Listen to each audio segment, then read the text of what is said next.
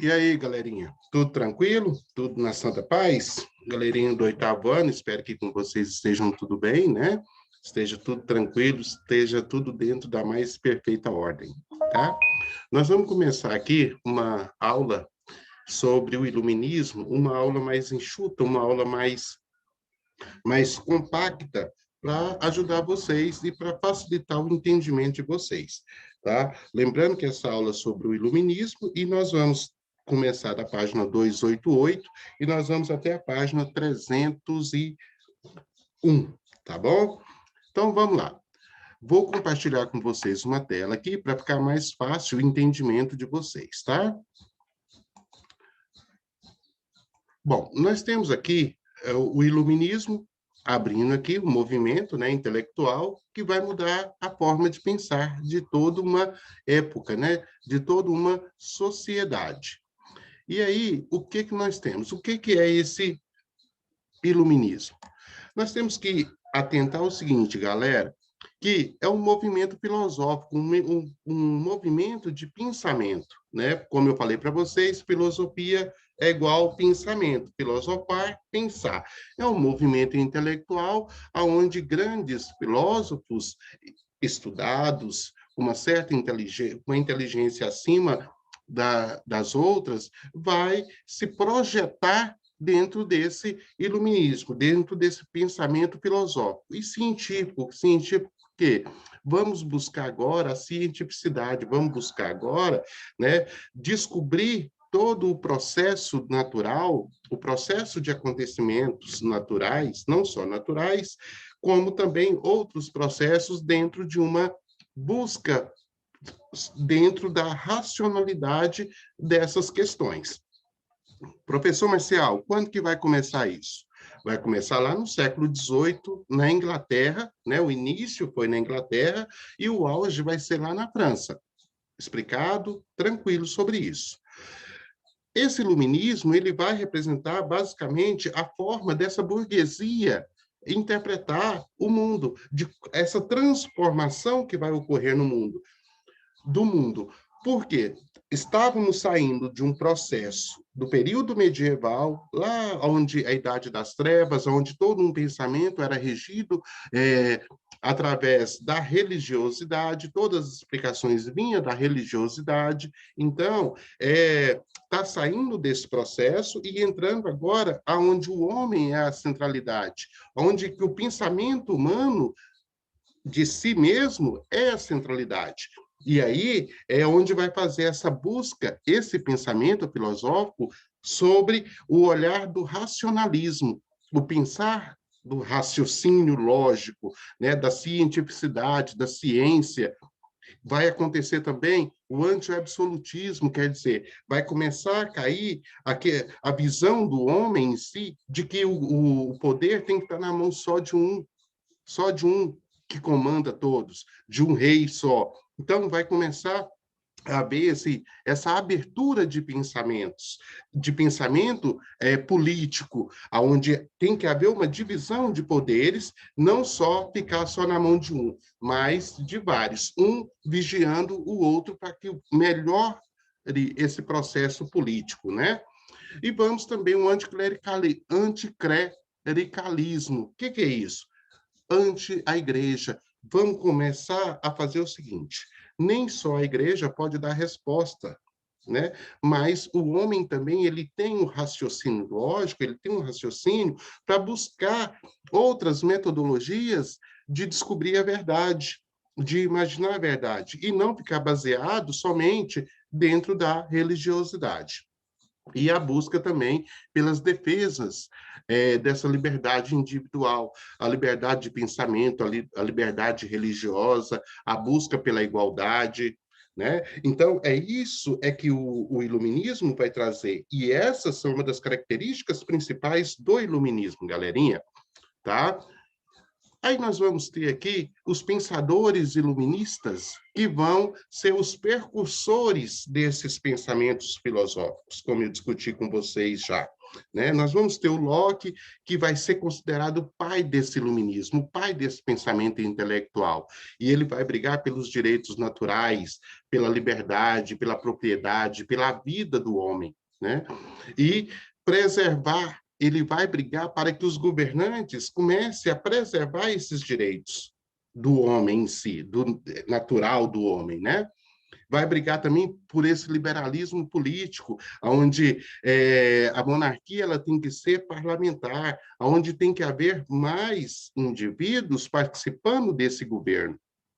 E ele vem falando também o seguinte, que conhecimento é razão, é experiência, é razão. Né? Então, Locke, ele é o inglês importantíssimo para nós dentro desse estudo. Nós temos o Adam Smith também, que é um outro inglês, que é considerado o pai da economia. Esse cara, né, ele vai falar o seguinte, que o Estado não deve intervir dentro da economia, que tem que haver uma livre concorrência da lei da oferta e da procura, né? Essa lei da oferta e procura é o seguinte, quem tem produtos, quem tem os seus produtos, possam negociar livremente com os seus consumidores. Né? Esse indivíduo, esse sujeito, ele tem a capacidade de colocar preço nas suas mercadorias. Ele tem a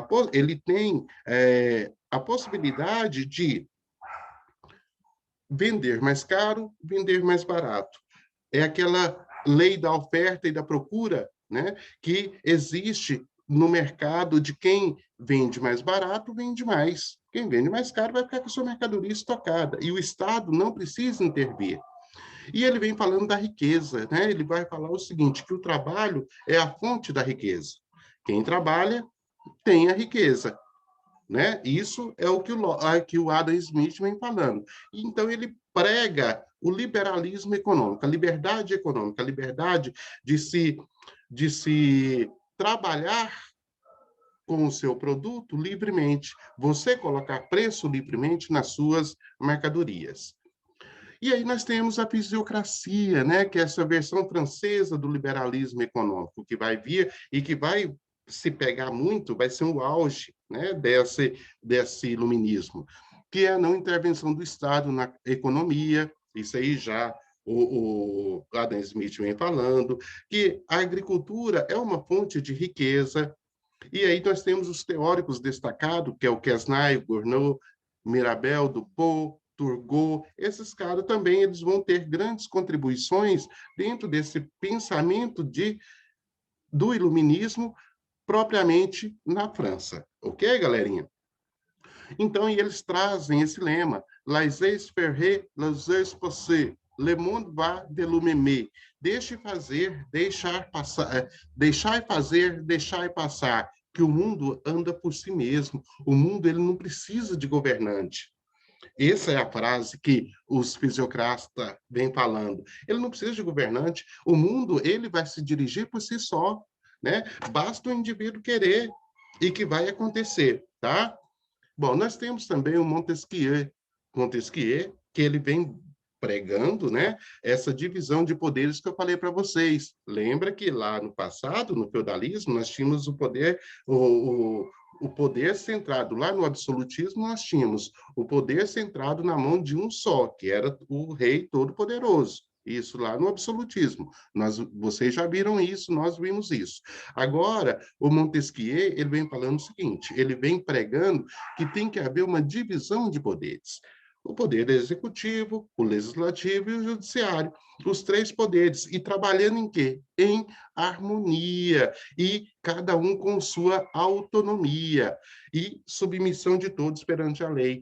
A lei tem que ser maior do que esses três poderes.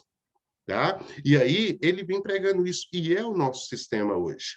Né? Hoje nós temos o executivo, que é representado pelo nosso presidente, Jair Bolsonaro, nós temos o legislativo, que vem pela pelo Senado, nós temos o Senado e também os deputados federais, nós temos também o judiciário, que vem representado pelos juízes, principalmente aqueles lá do STF, do Supremo Tribunal Federal, né? Dentro do Legislativo, nós temos a Câmara dos Deputados e nós temos o Senado Federal, ok?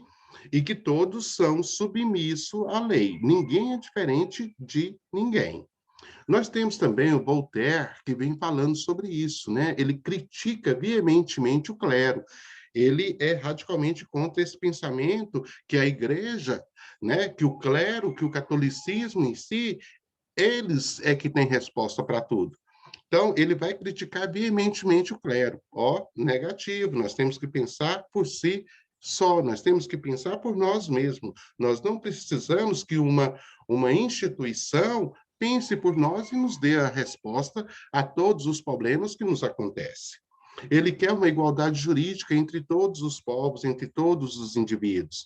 Ele quer uma liberdade de expressão, o sujeito poder falar, o sujeito poder agir da forma que ele convém, da forma que lhe convém, né?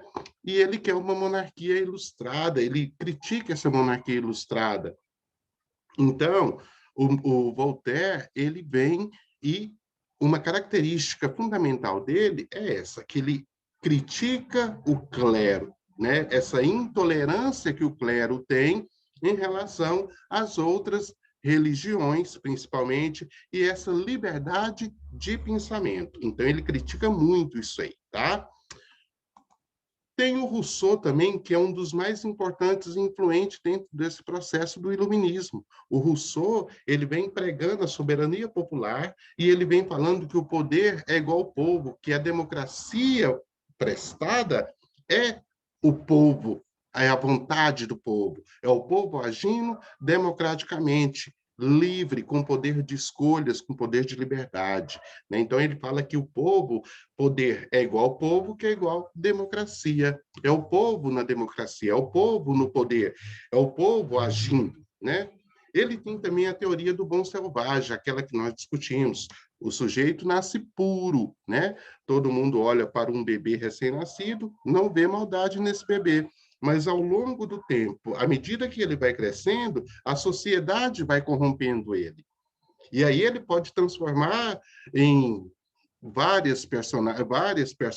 ele pode desenvolver várias personalidades. Ele pode se tornar um bandido, ele pode se tornar um assassino e outros, né, outras características. Mas ele nasce bom. Mas a sociedade vai corromper ele ao longo do tempo, vai mudar essa característica de bom dele, tá? Nós temos o Diderot, que vai ser aquele cara que vai se debruçar para colocar as ideias iluministas nas enciclopédias, que eu falei para vocês, enciclopédias é o quê? Coleção de livros que continha essas ideias, esses conhecimentos iluministas, tá? Nós temos aqui o déspota esclarecido, né, que são aqueles reis absolutistas que vão ser influenciados pelas ideias iluministas. Mas com medo de perder o seu poder, eles vão dar uma de Joãozinho sem braço aí, né? Eles vão continuar com o seu poder autoritário, mas ao mesmo tempo, eles vão também fazer algumas mudanças, né, algumas transformações para a sociedade, principalmente na área da educação, tá? Então, galerinha, isso aí foi basicamente o que nós discutimos nas nossas aulas passadas, tá? E aqui, assim, um breve resumo do que nós vimos, do que nós aprendemos dentro desse período de aula, do dia 1º até o dia 12. E aí, próximas aulas, traremos novas perspectivas, né, de conhecimento em relação ao iluminismo. Espero que vocês tenham gostado, tá? Tudo de bom para vocês e até a próxima.